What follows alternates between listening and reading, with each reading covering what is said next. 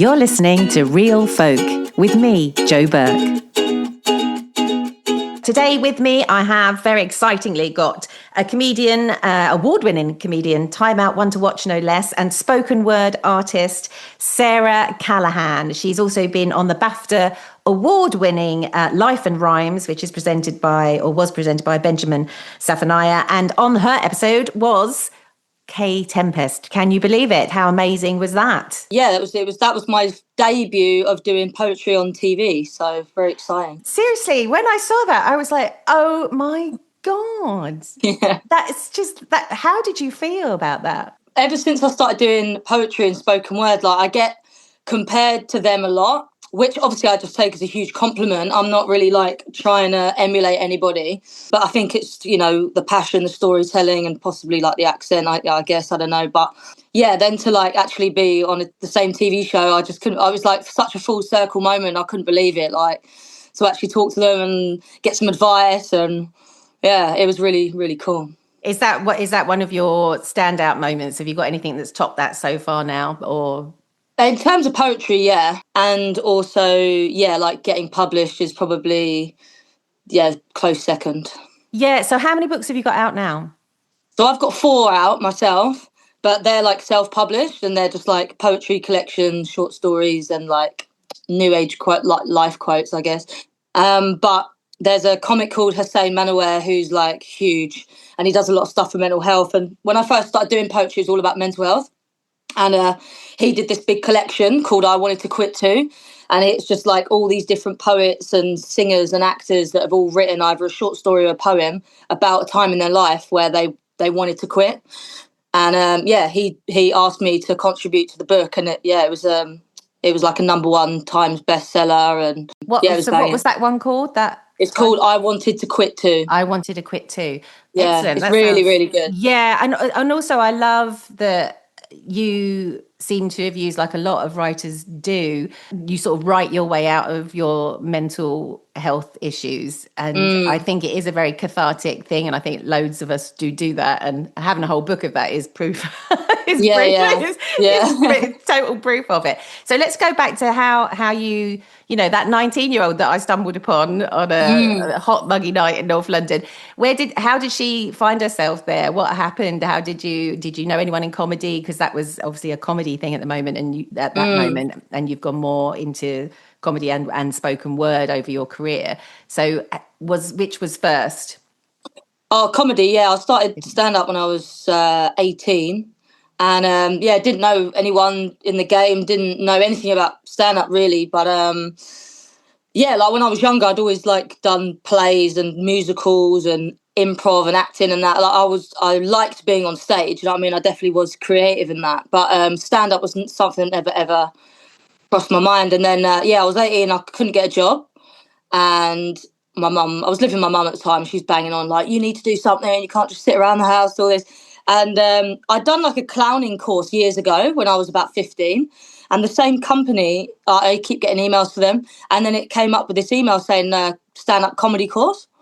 I thought, oh, all right, I'll give that a go. And so I went and did that. And then at the end, they do a little showcase, and then you do a gig and whatever. And I liked it. I didn't think I'd continue doing stand-up, but I did pretty well on the night. And the guy that ran it was just oh, are you going to keep this up? And I was like, nah, not really. I don't really want to be a comedian. So and during that time I'd got a job, and I was the only reason I was doing it was to give myself, keep myself occupied. Get your mum off your back. Yeah, do you know what I mean? I've got a job now, so why do I need to do stand-up? And but then he gave me a list of open mics, and I guess curiosity got the better of me, and I signed up to a few of these open mics, and then I started doing them, and then meeting people like yourself, and then you go to different gigs and you meet the same people, and you start making friends, and then I was doing competitions, and getting to the semi-finals and finals of competitions and shit, and then I started getting paid, and then I was like, okay, well, I guess I'll keep doing this then. It's pretty cool to get paid to make people laugh. So yeah, and 15 years later, here we are. Yeah, and it seems to have gone by so bloody quick though, doesn't it? Yeah. Do you think? Yeah, I still feel 19. It's crazy. It's so weird. I know. I was just thinking, well, how old was I then? And I was like, oh no, that's too long ago. We can't all be this old now, but we are. I've struggled with depression over the years, and I've always Mm. written my way out of it. And I've never gone down the medication route or anything, but this job that I have, same as you, sort of is what gives me my equilibrium, really, and it helps me cope. Were you feeling depressed at that young? I don't know. I feel like I was always sad. I was always sad, and then when I was like teenager, early 20s, like I just used to mask it with drink and drugs. I was doing a lot of that, but I didn't really recognize it because I thought, well, I'm like 20, 21. That's what we do at this age. You know what I mean? It was like I didn't see it as a problem at all. I just thought this is just a part of growing up, and all my friends were doing it, so it was like. But I think it got really bad around, I don't know, like 25, 26, and like I'm taking comedy more seriously, so I stopped doing the drugs and drinking as much, and I've got a clearer head, and then I can really see all the problems that are like really clear to me. And that's when it became a problem, because when you're trying to like deal with those things sober, you're like, oh shit, and having to unpick certain things from your past. And I was going through some like relationship problems as well, plus then with the comedy. So yeah, I mean, comedy was a great outlet, I think, but that's when it got really bad, and I feel like I had to like take control of it myself. You know what I mean? But I never went on like antidepressants or anything like that. I did have therapy for a little bit, and I did my own research, and I was like reading a lot of books and finding out about like my triggers and techniques to get out of these dark holes and stuff. And I think it just got to a stage where I was just like, it's never going to get better if I continue the way I'm going. Like, I will be dead. I'll kill myself, you know. And I just had to just change my perspective. And it was hard. It was really, really hard. But I tell you what really did me the world of good was the pandemic. Like, having those, Really? yeah, having those 2 years where the whole world just stopped. And because I'd never taken a day off. Like, I'd never had any time away from comedy in like 10 years. Or 12 years at the time. And yeah, so the fact that everyone stopped at the same time simultaneously, I didn't feel like I was losing out or missing out. You know what I mean? There was no competition because no one was doing anything. Yeah. And I was able just to like breathe. And then because I wasn't going out gigging, I was able just to like, I was doing all these online courses, and I was reading all these books, and I got into psychology, and I was doing all this other bits and bobs, and like, yeah, it was really, really, really good for me. And I was like going out in nature, and I was losing weight, and I was working out, going gym. Yeah, crazy. So I feel like a lot of people look back at that time as like a really horrible time, but for me it completely changed my life in a really good way. And then when I came back to comedy, everything was changed, new perspective, new eyes. Nice. Yeah, it was good. Well, I'm glad it was good for someone. Crikey. I mean, it nearly did me in. I was back to being like, oh, this is the end of the world. But yeah, you're one of the few people. Actually, no, I do know some people that had a really wonderful time.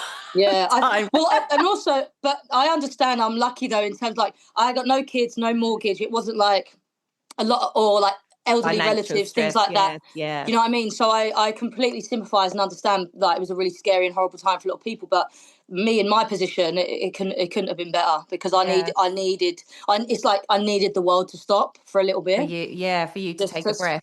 yeah, yeah, Yeah, it's so interesting. And I think the thing is as well, it's interesting that, you were feeling in a bad way when the world was working. And like you say, you have to have something as dramatic as yeah, literally pulling the plug on everything before you could allow yourself to just sit with yourself for a while, because I think that's a mm, lot of what mental health is, isn't it? It's being able to sit with yourself in a good place and accept yourself and everything else without the yeah, anxiety and the stress and the mm, dread, the gut wrenching sort of feelings that go with all of that. So, yeah, so yeah, it's interesting that that didn't. A lot of people might assume that something as big as the pandemic would send someone like that over the top. mm, But instead, it sort of did completely the opposite for you. yeah. Were you in? Because I know Sarah's in travels loads touring her amazing shows, comedy and spoken word all around Australia, New Zealand, Dubai, Europe, and stuff.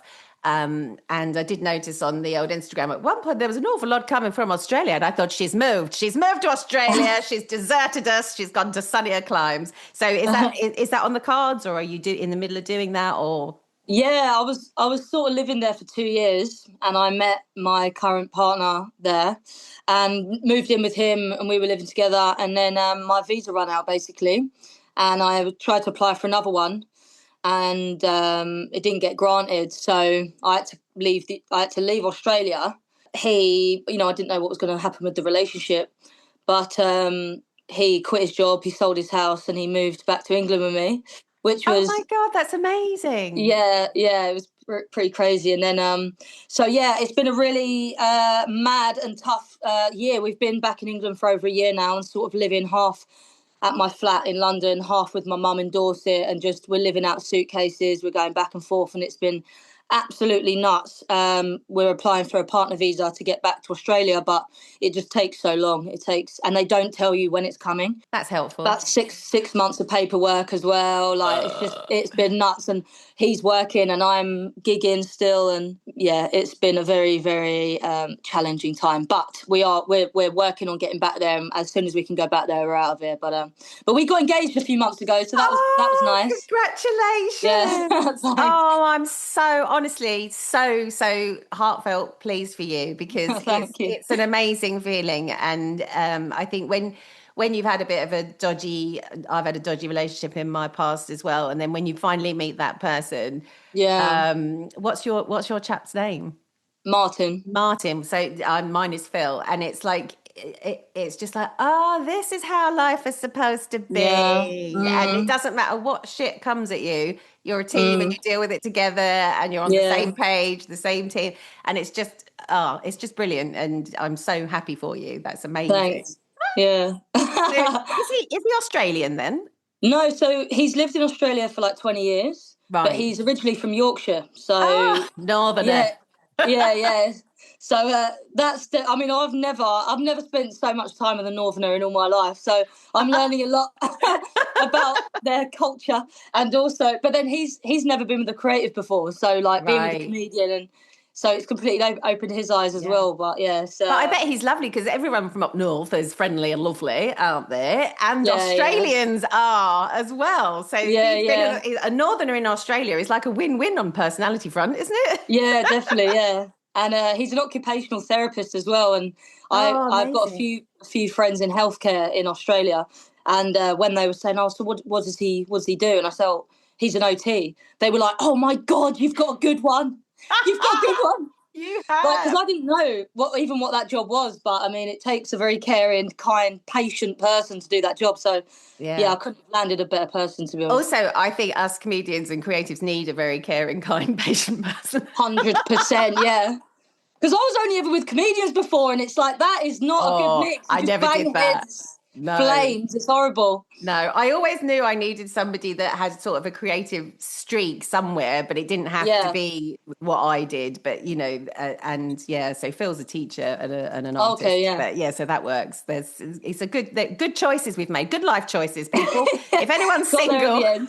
teachers are good, occupational therapists, nurses, doctors, they're all good. Dentists, I Yeah. don't know, maybe not Yeah. chiropodists, feet.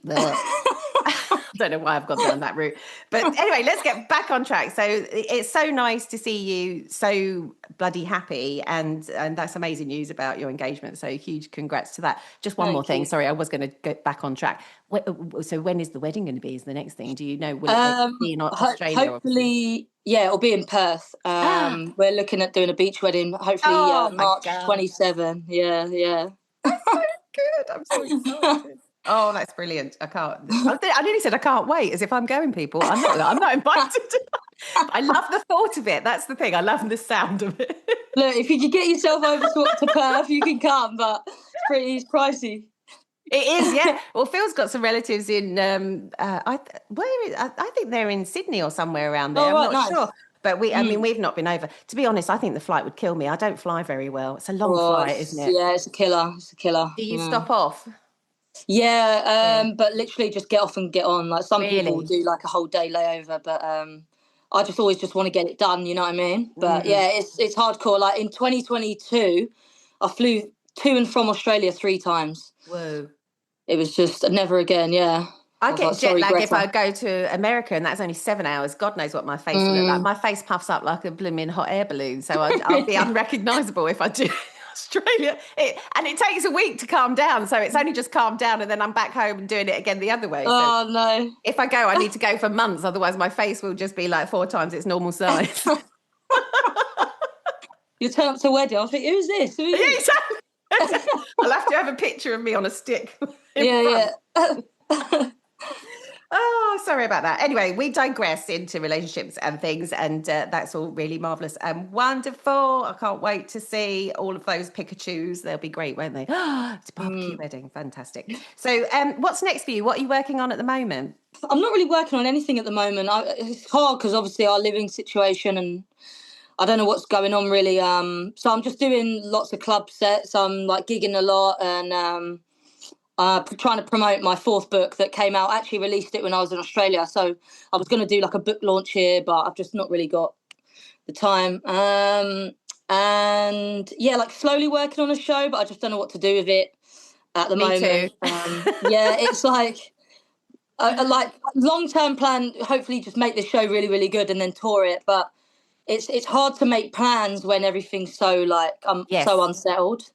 So at the minute I'm just trying to work as much as I can and gig as much as I can and earn money and stuff. So yeah, nothing really exciting in the works at the moment, unfortunately. She says nothing really exciting. Her whole life is very exciting, actually. And what about, because you not only with the spoken word, for people that don't know, and I think there's a lot of people that misunderstand what spoken word is. How do you describe it for people?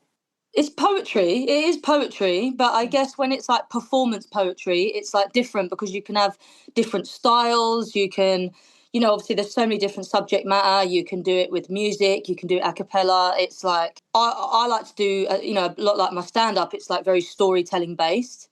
And, I talk a lot about emotions and relationships and things like that. So, yeah, I don't know. It's just poetry. I think a lot of people that when they write off, I always just think, just give it a chance, know.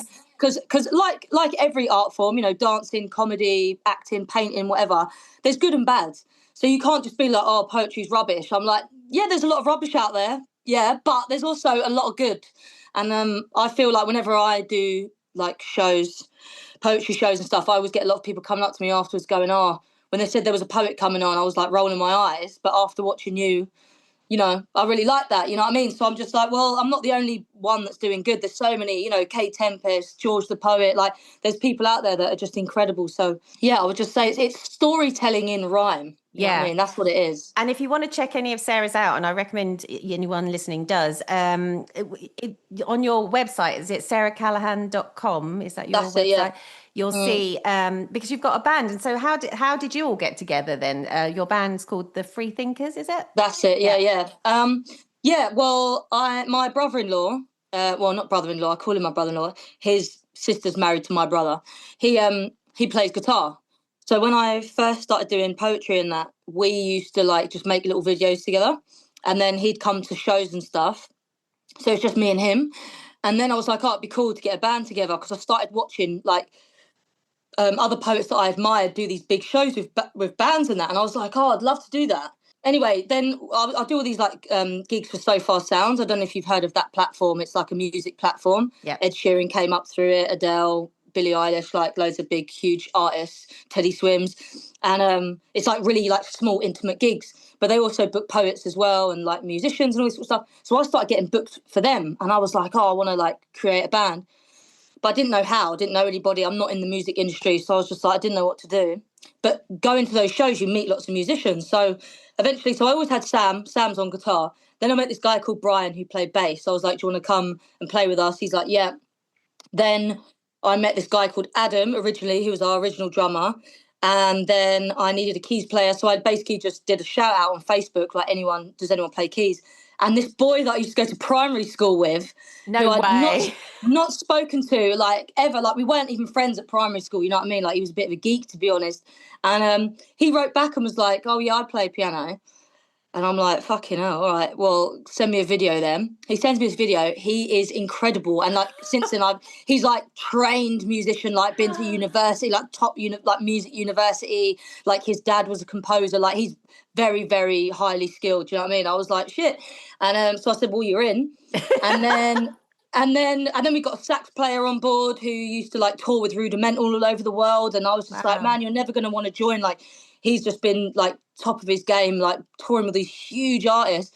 And I just messaged him on Instagram, and he wrote back and was like, "Love what you do, really want to be a part of it." Yeah, and then my original drummer left, and we got a new drummer. But now us five together, we've been performing and making music for like 5 years, and we're just so tight, and we're like a family, you know what I mean? And it just works. Everyone's committed, everyone sees the vision, everyone believes in the vision.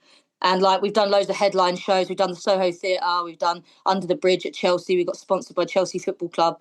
That was our biggest show ever. And then we've done like jazz clubs, and we did, what was our last show? We did at Love Shack in Bethnal Green, and then we've been trying to release music and stuff as well and make videos. So it's been really fun. Like it's a good thing just to have on the side, which has turned out to be quite a big thing. I was just, it's just this huge band that I have as an adjacent to my comedy and all the other stuff. It's hilarious. But don't you think sometimes if you put stuff out there that, like, I mean, how weird is it that guy on keyboards was someone you're at school with? It's like I know. it's like everything's sort of waiting for you if you just make a decision about what you want to do. And that so many people, I think, go, oh, well, I can't do that because I don't know anything about it. But like, neither of us knew anything about comedy. You went into comedy. Exactly. The person had written a book or published it before. We've both done that. And back in the day, I did that before I even started comedy or anything. I did a band thing as well. But, you know, so I think it's just a general thing. A lot of people just think, you know, they have to have permission to do stuff. And it's like, you don't. Just go, okay, today I feel like I'm making a band. And as long as you believe in it and you really do believe in it, you can get others to believe in you and vice versa. And it makes something bigger than the sum of its parts, doesn't it? I always think as well, like when I look at people, I'm always just like, well, if you can do it, I can. You know what I mean? It's like, I'm always like, why can't I do that? You know? I know, and I think a lot of people, because I come from a working class background as well, and presumably you do.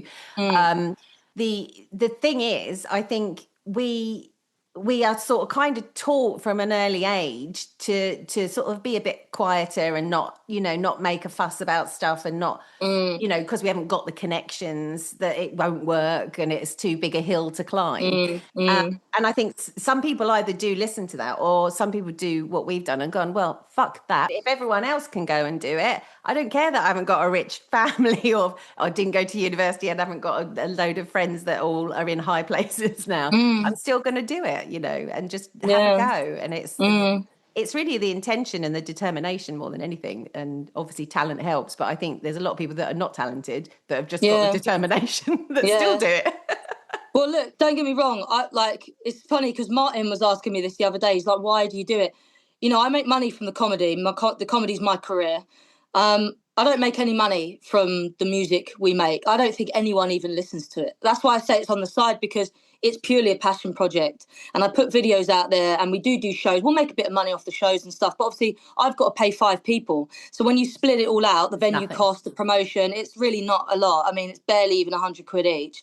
And like, we do it because we love it, and we love playing together, and we want to self-express, and we like doing these shows. And we wish that hopefully one day it takes off and we get some more recognition and that we make a bit more money and stuff. But like, it's not about the money. It's just, we like to do it. So I think in a way that makes it a bit more easier, because it's like there's nothing to lose. There's no pressure. We're just doing it for fun. Like, we like to do it. And if you want to come along for the ride, or if you want to watch a video or share a video, then great. Like, I always get surprised if people can't just say, oh, yeah, I listened to your last album, or I saw that video. I'm like, oh, right. Because I just assume no one's listening to it. But like, I just put it out. I just think, look, I'm just going to do it and put it out there because if someone sees it and really likes it, or they connect to the material and it helps them in a way, sweet, you know what I mean? But it's just for us, isn't it? That's the thing about art and creating stuff, because that's what I always say about everything that I do and Phil's art. I always, first and foremost, do I like it? Am I enjoying it? And if I am, it's a win-win. And then, like you say, if nobody else does, it doesn't matter. Because you're not doing it necessarily for other people. You're doing it because it fills a need in you creatively and for your own well-being, because I'm sure you guys all getting together. And I mean, I was watching some of the Free Thinker videos on your YouTube. They're like a soundscape, aren't they? It's basically like a soundscape with spoken word over the top. So it's weird to explain, because it's not rapping. You think, oh, well, then is that rapping? But it's kind of is but isn't. Yeah. It is definitely a genre of its own, which almost it's so difficult to pin down because It's everybody very does it niche. differently. Yeah. Yeah, I like to do things the hard way.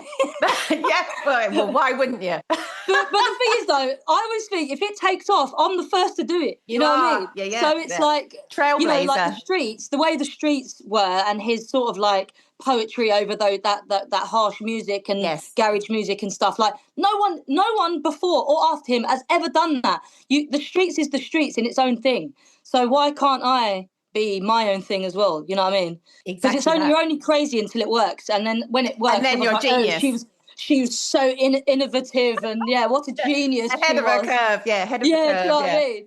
Like, where were you 5 years ago when I was Yeah. broke? Like, Yeah. And do you always think, right, if anyone comes and knocking that is like, then I'm not going to open that door.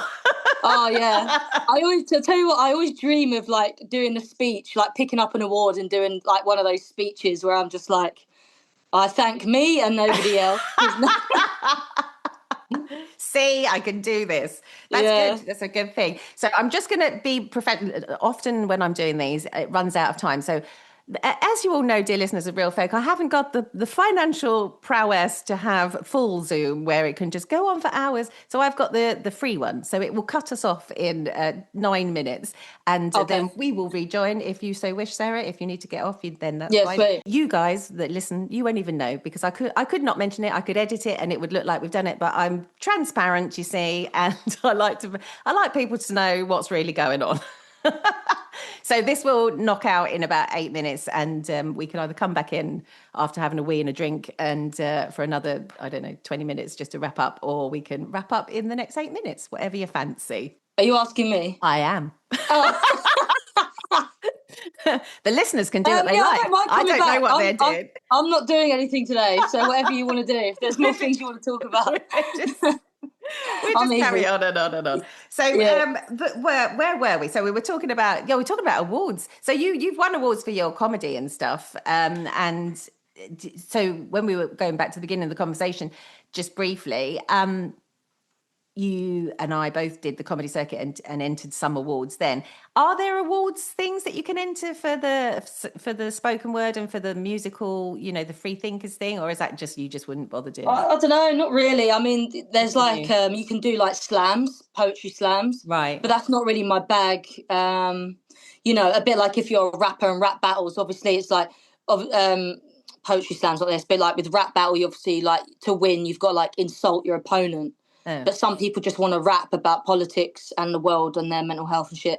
So the same with poetry slams, it's all about like clever wordplay and like all this like mad theatrics and all that. That's not really me. I'm just a storyteller. So and I think with any art form, once you start making it a competition, it's like it just takes all the joy out of it. And it's like, how can you judge it when it's so subjective and there's so many different styles and forms?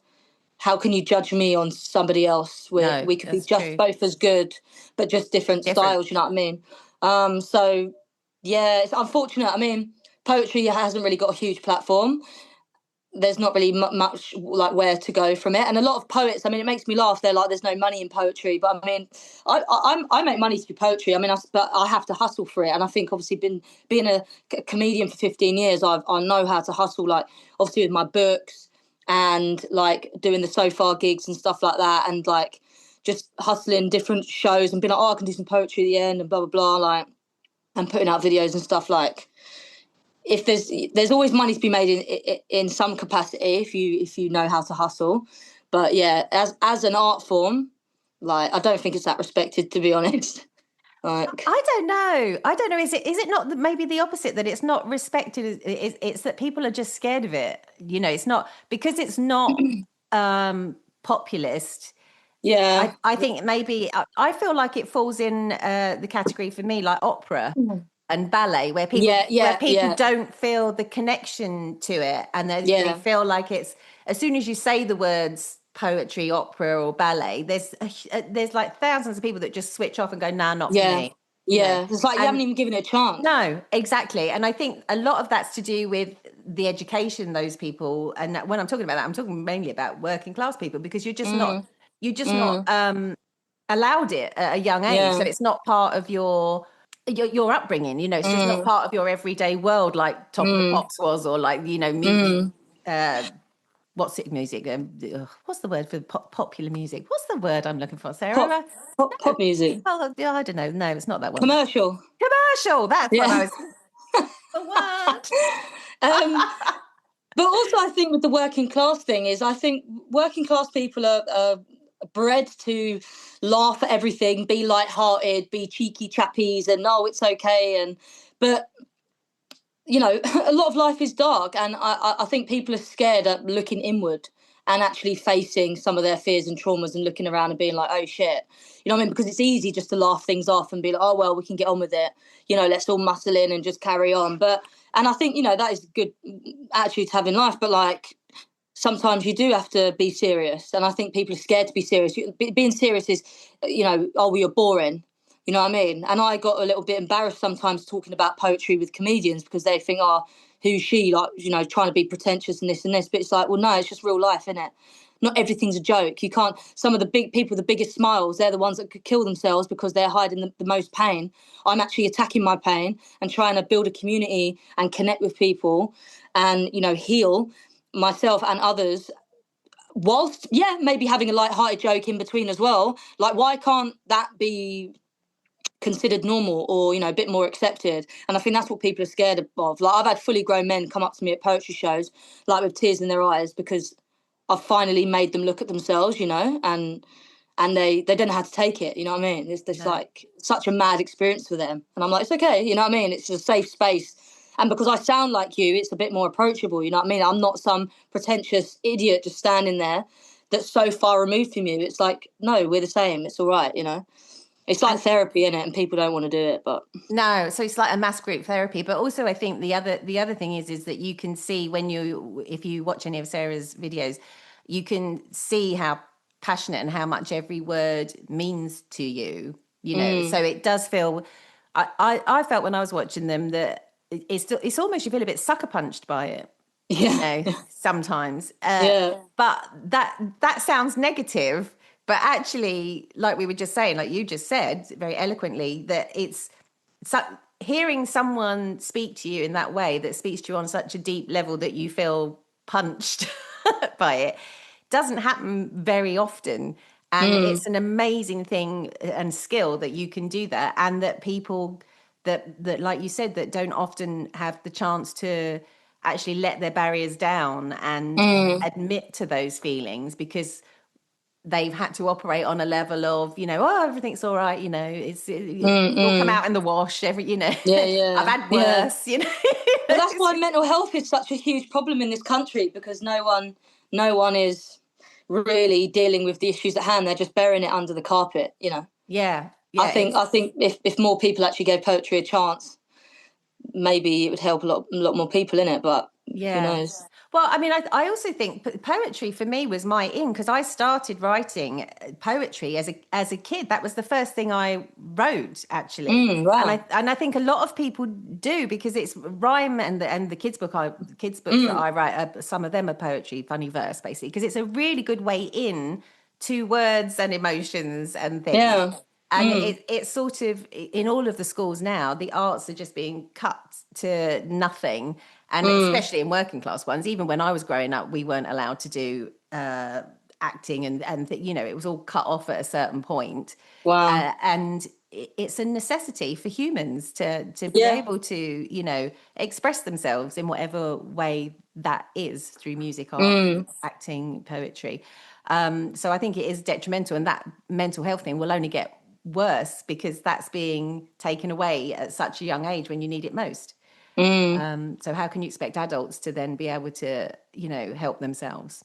It's difficult. 100%, yeah. That's what they say. We're just kids in adults' bodies, really. You know what I mean? We've still got that inner child that needs to be loved, and Yeah. you know, is still learning. We're all learning, you know, and going through it. And none of us really know what we're doing. And I think art is such a nice, you know, it's like a hug, really, isn't it? Yeah. Especially if you connect with something, whether that is a piece of art or a play or a poem or a song. You know what I mean? It's like so many people find so much comfort in songs. That's why people listen to heartbreak songs when they've come out of a relationship and all that. It's like, oh my God, she's talking to me. Yeah, It's like, exactly. it's so powerful, isn't it? I have no idea why they would want to shut down all of those, the youth clubs and all these different, not fund any of the arts in schools. And so I just... So just to interrupt you, Sarah, sorry, we've got less than a minute. Do you want to just have a wee and a drink and come back for 10 minutes to just wrap up, or do you want to finish sweet. now? Yeah, let's do that.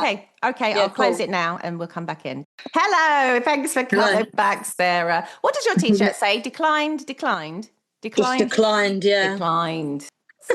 Statement piece. Ever thought about doing your own clothing range? No, can't say I have actually. We'll leave that to the Kardashians. I was thinking of doing like merch. I wanted, because I always wear a hat. I was thinking of like when I was doing all my mental health shows and stuff, doing a hat that says like "you got this" or or something like that. But I just never got around to it. But that's the only sort of clothing I've ever thought of doing. That would be a good idea, because actually, when you started out, you used to always, now you wear the cap all the time, but you used to just wear a headband, didn't you, with a little bow on it? Do you remember? I know, the bow phase, yeah. Yeah. Was that, because I often wondered, I never asked, I wasn't brave enough to ask, was that because it didn't suit who you were, if you know what I mean? And was that a deliberate thing that you did? Well, I don't know. I think it turned into that. Like, I just... I was never like girly or anything like that. And then I went on a holiday with my mate to Vegas, and we went out one night and I wore this bow and I quite liked it. So then I was like wearing it in my normal life. And then I started wearing it on stage. I was like, actually, it looks good, because what you said, it's so opposite to who I am. This is actually quite a good look for comedy. And then now that was that. And then now I just hate my hair so much, so I always wear a hat. But I'm trying to get away from the hat. I'm 34 next month, and it's not a good look for a 34-year-old woman. How are we so old now, Sarah? I don't know how this has happened. Well, I know it's earlier, but it is bizarre. So you've gone from the headband with the little bow to a cap. Yeah. So let's try and think, what would be the next transitional phase? Well, you know what? Talking about weddings, you need a fascinator. Yeah, just wear that on the stage every night. Oh god! I did a whole show once with a homemade one that was a ping pong baton and a ping pong ball just stuck straight up. But nice. But fascinators could be the way forward, you know. Yeah, maybe. Oh man! Well, what else? I don't know what else you could get. It's shave my head off, I reckon. You need to have a think. Why do you hate your hair? Your hair's gorgeous. Oh, it's just I don't know what to do with it. You know what I mean? I'm not girly. I can't do like hairstyles and that, so it just annoys me. I'm just self-conscious of it now, so that's why I always wear the hat. It's not even like I'm not even trying to look cool. It's just because I hate my hair. To hide it. I love a hat though, because exactly that. They just you can have really bad hair days underneath that, and you still look quite cool. Exactly. Yeah. It's if you have to go somewhere that you've got to take it off after you've had a sweaty hat on all day. Oh no! Then the hair is even worse. Yeah. So I tell you what, we were talking about songs just before we had to sign off and Zoom and come off Zoom and Zoom back in again. With just to wrap up what we were talking about your spoken word and the music and the free thinkers, it's very close to singing. We were talking rapping and the streets and stuff. Do you think you would ever move it into actual singing at any point? I can't sing, so that would just be a nightmare.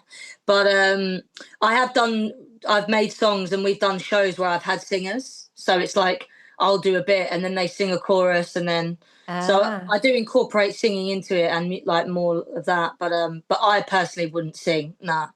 Right, so that's vetoed. Definitely not. You won't be hearing any songs from Sarah in the show. Look, I wish I could. It would save me a lot of money, because I've always got to like pay my singers. You know what I mean? But no, I just can't. Unfortunately. Although I quite like the idea of what you just said, because it kind of suits what you do, and also it sort of harks back to sort of Greek and Shakespearean times. If you have a chorus, it's quite powerful, isn't it? So I can see how that would work. And the other thing we haven't really covered is the Old Edinburgh Festival, and I feel we should just have a chat about it, seeing as it is going on at the moment as we speak up there. How many Edinburghs did you do in the end? I did about 10 in a row. Wow. Yeah. That's a lot. Yeah. That's a big lot of shows. Yeah. And would you consider going back at all with either the spoken word or the comedy again, or not? I don't know. Like I was sort of thinking about maybe if I went there to do the Pleasance Cabaret Bar with the band, for Nice. 2 weeks, but obviously it would cost a lot of money, and I think that's asking a lot of the band to take 2 weeks off work. You know what I mean? Like, it's all right when I do it. Like, I would, spend a lot of money going to the Fringe, but like, it's hard to ask that of 5 other Others. people. Yeah. So I just don't think it would work, like, financially. And some of them have got kids and stuff like that. I just don't think they'd be able to have that time off for, like, not much in return. Like, if we were making loads of money or we had a huge following, yeah, Of course. But right now, no. I mean, it's a nice idea, but realistically, I just don't think it would work. And I'm not in a position. There's stuff going on in my private life that I can't really commit myself to that either. And So if it happens, it happens, and down the line. Yeah. But it's a shame, though. I do miss it. You know what I mean? I had so many great years there, and I do miss the vibe. But I think from other people and what they've said, especially since the pandemic, like, it's changed. It's not the same. Like, some of the bars aren't there, and just the vibe's not there, and audiences and things like that. So I don't think it's the same anymore. So No. I don't miss it. I get no FOMO at all. Right. That's and what just so that the listeners know, you were also Malcolm Hardee, who has passed away quite a while ago now, but he was sort of in just such an integral part of the Edinburgh Festival. And he, after his death, one of his good friends, John Fleming, who I've actually interviewed on here, I just remembered as I was talking about it. He introduced, in memory of Malcolm Hardee, a Malcolm Hardee Award. In fact, there's a few of them. I think they're still floating about. I don't think John has anything to do with it as much anymore, but someone that does it now. And Sarah was the winner of the Malcolm Hardee person most likely to make £1 million, or one of those, that sort of award, wasn't it? What's the official name of that award? Act most likely to earn £1 million. There you go. I'm still waiting for the money. Not gonna lie, I'm still waiting for the money. It's in the post. It's definitely coming. And then once you've won that £1 million, or not won, worked for that £1 million, you can then come back and spend it on 4 weeks in Edinburgh. Yeah, exactly. Yeah, and lose it all again. Yes, the self-fulfilling prophecy. Yes. Oh dear. Yeah, no, I did win that. Yeah, that was weird. But yeah, I just think I love Malcolm Hardee, and I think that award is a particularly good one. They're not the normal ones. They're like what I call proper awards, where they're not foregone conclusions like 2 months before the festival. Yeah. So they're genuine. You've got to have a little bit of silliness to break up the absolute craziness up there, innit? It's a very stressful process, isn't it? Yeah, it's I can't describe. I think it's almost impossible to describe the Edinburgh Festival as an artist doing it if you haven't done it. It's just like talking about mental health and well-being. I mean, I had one of my biggest crashes there in I think it was 2013 or 2012. I can't remember, one of those. But mine was 2018. Oh my God! Yeah. And if you follow any comedians, if you just keep an eye on them over Edinburgh, and you'll usually see them hit the wall at some point and have a photo where they're just like in tears or just completely like, I'm done, I don't want to do any more, take me away.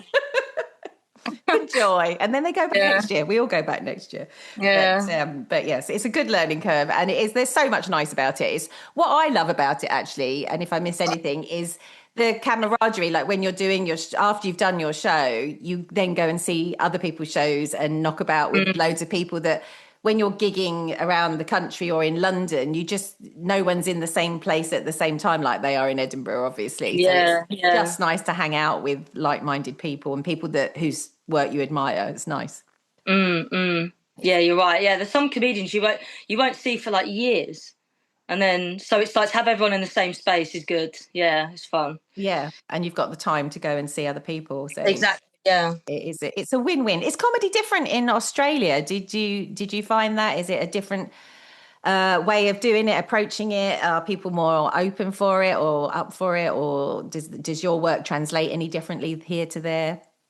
I definitely find that then people are nicer. Definitely because there's no competition. There's no one's fighting for anything, because it's like the scene. Like, there is a scene and there are gigs, but it's like you're not going to get like TV opportunities or like agents, and like there's no hierarchy. Like in England, you've got like the open mic scene, then you've got like a few paid gigs, then it's like semi-pro, pro, and then like famous on TV. It's like there's no hierarchy like that. It's like open mic and then clubs. That's it. So it's just And a then level. yeah, and then people make their money by touring. So then obviously you just like go around to all the different places with a show, and that's it. Like it's not like there's loads of clubs that I'll play, like all the comedy clubs, but they make money off of touring. So yeah, I find people a lot more welcoming, a lot nicer. And my comedy's the same. I don't need to change too much, but they like the accent, obviously, and like so I feel like I always do well only because it's like I'm different. They're like, oh, you know. Yeah. But no, it's good. I like it. It's fun. I do miss the sort of electricity of the London circuit. There's that buzz where you're like, anything could happen. Like, what's going to happen tonight? Who am I going to bump into? Who's gonna see me? Like, you know, I've had loads of gigs where I've done a show and there's been like a TV producer in the audience, and it's just that exciting thing of and networking and all that. Like, there's no excitement for me. Like when I gig in Australia, it's like I'm just going to go out and do my gig, have a fun time, and go home. It's like I know nothing's going to come from it. So that's a shame because I've sort of like spent my whole life, the last 15 years, on following that buzz. But my life's changed now, so maybe it's not, you know, maybe it's a good thing that I'm stepping back from it a little bit. I don't know. I'm in a big transitional phase at the moment, so it's hard to tell. Like maybe in 10 years I'll regret it, but who knows? No, I think everything happens for a reason. I'm a firm believer of. But it's interesting you say that there's no like TV. So, but I mean, there are television, radio, and whatnot, and podcasts in Australia. So, do they not frequent the scene then? Those people to look for new people to put on their shows? No. It's like there's like two agencies. One's called Century, one's called something else. I forget. And they've got like a certain amount of like Aussie comics on there, and they just get everything. So, right. But it's like such a small number, and it's like I will never get TV out there because I'm not Aussie. Like they're very like they want their own on their TV shows. Yeah, like there's like TV here and there, but there's no like Live at the Apollo. There's no like comedy TV shows. There's like one or two, but it's all just the same people. It's just the popular Aussies that have been doing comedy a long time. So new up and comers or comedians that are really good, like but maybe a bit crazy and swear a bit and a bit wild and a bit like alternative. They will never ever get on TV, which is a shame because I think they're incredible. You know what I mean? It's like you've got to be polished and well spoken and there's but you can do. But the thing is, the beauty of today's world is like they can do their own podcast and build up their own audience. So then they're making money off of that. They're being able to do live shows or tour it. So you almost don't need these bigger institutions in it. You can do your own thing these days.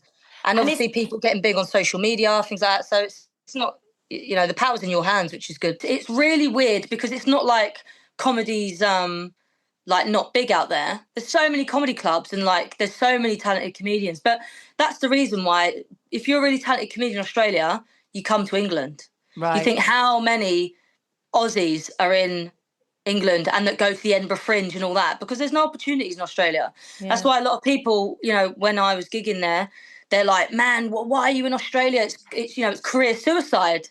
And I'm like, I'm not moving to Australia for my career. I would be absolutely out of my mind to Australia. If I wanted to have a career, I would stay in London. I'm moving because I hate London.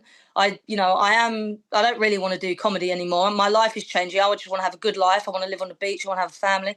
That's why I'm moving to Australia. But they see me on stage and they're like, you need to get back to London, man. Like, like what are you doing? Like, I wish I could be you and have, you know, British citizenship and blah, blah. I'm like, man, things are just different. So I feel like a bit guilty in a way because they're thinking I'm turning my back on such a good opportunity, but it is what it is, you know. The hustle that you were saying earlier is stressful and it's full on and it's not sustainable. You know, you can't be at that level for like 20 or 30 years without something else breaking in you, you know. So I think it's just transitions and different things at different times. And I think I think especially as a woman, it's very different as well, because if you, like you said, if you want a family, you are the creator of that. So I just think doing things at different times and when you're ready and when it suits you is great. And I think not everyone allows themselves to do that because they feel pressured into either staying in London or to tour and put off all those things. If you want to walk away from it for a bit, it's not necessarily forever, is it? It's like, Yeah, exactly. it's just where I'm at now, and Yeah. that's And how it is. you need to live life. You know what I mean? There's no point doing the same thing over and over and over again. It's like, I need to live my life. So then when I'm doing comedy or talking about poetry, I got some other experiences. You know what I mean? I've sort of run out of everything to say. I need a change. I need to step back, and you can't be on that hamster wheel for 15 years is a long time. And I've grown up in the entertainment industry, and I've been through a lot. I've faced a lot of rejection.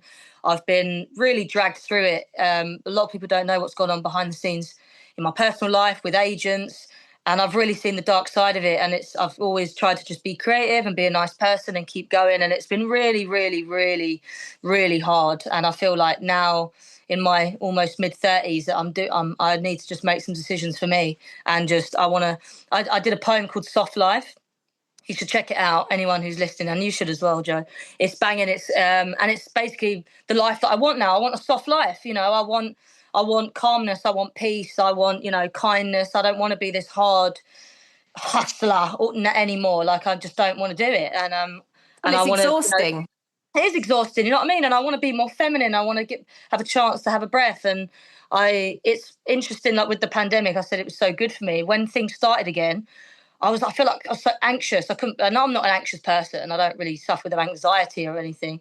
And I was having all these like feelings. I'm thinking, what the hell? And it's because I was overwhelmed again.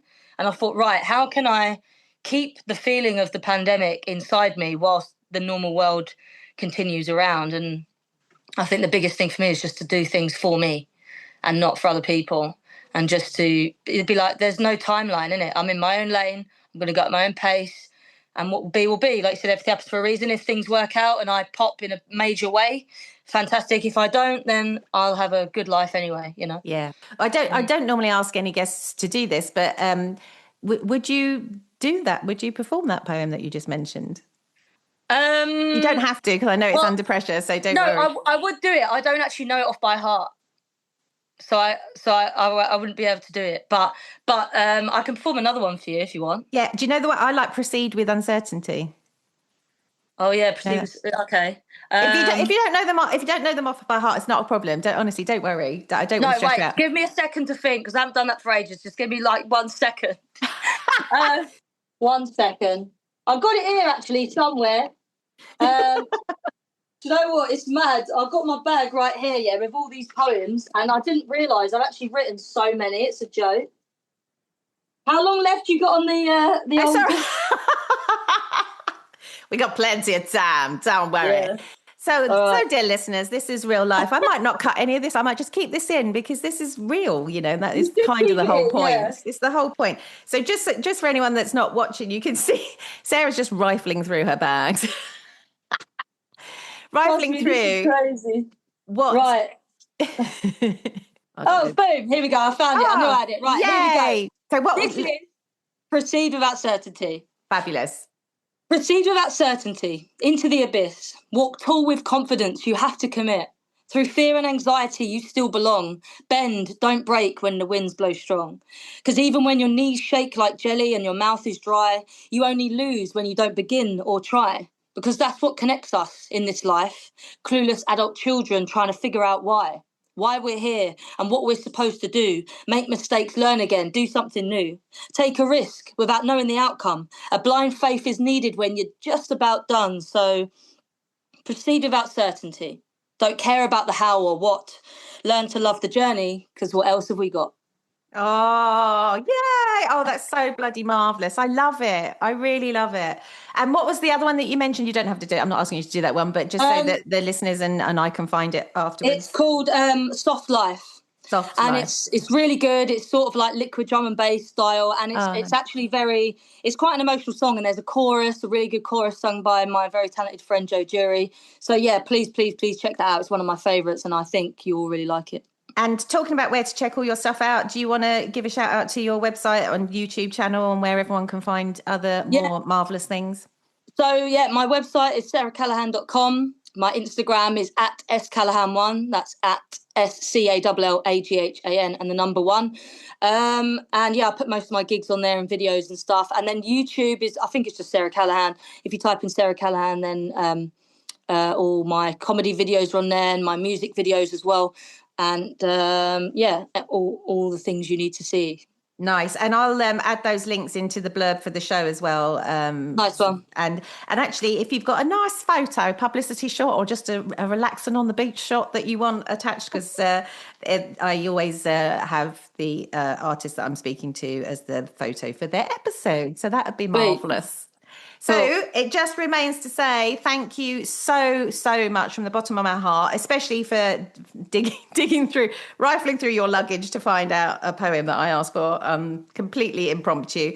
And congratulations. So she's shown them all. And huge congratulations on all the work that you do, and keep doing it. I love it. I've been a fan right from the beginning. I've come to see you up the creek, and I've gigged with you way back as well, and your Edinburgh shows. So I personally am a huge fan. I think everyone else will be once they discover you. It's the whole thing about finding out people without them being huge commercially. And then on an aside, congratulations on your up and coming nuptials on the beach. Thank you. So it's been an absolute pleasure, and keep going, keep being strong, and keep doing what you love. And thank you from the bottom of my heart for being so very honest. And it sounds really trite because of this show is called Real Folk, but for being real, because I think that's what most people love about you, and the joy of you, basically. So thanks. I appreciate you. Thank you. Thanks for listening to Real Folk with me, Jo Burke.